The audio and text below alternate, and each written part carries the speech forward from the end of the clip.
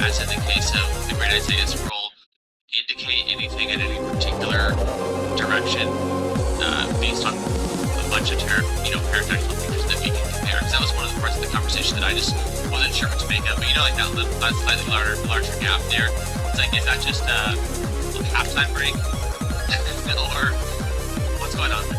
Yeah, so we have completely different things going on within, say, the scribe habits of those who are producing scrolls in the Qumran communities that most likely came out with something like what you might say the Great Isaiah Scroll, and the kind of similar features that we find in later Christian manuscripts. Because remember, how you produce a scroll is very different than how you produce a codex.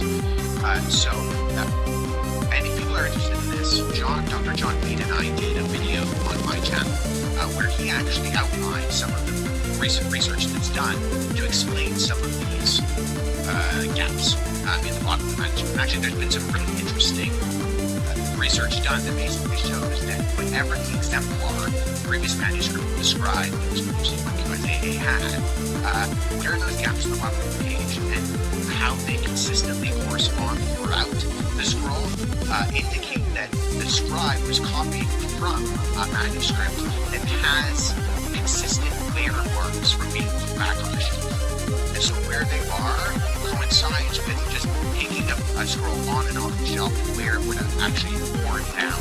And so in order to be, if I can remember Dr. Mead's way that he described this, and I put the actual article on the screen in the video, so I recommend that people go watch that video on my channel, Dr. John Mead, that it corresponds directly with the functional wear of a manuscript, and so in order to finally, bro, correspond with the fidelity of the copying process, there were those spaces in the relevant sections of the scroll that was then copied onto it. That's super interesting, and that also just intuitively makes sense that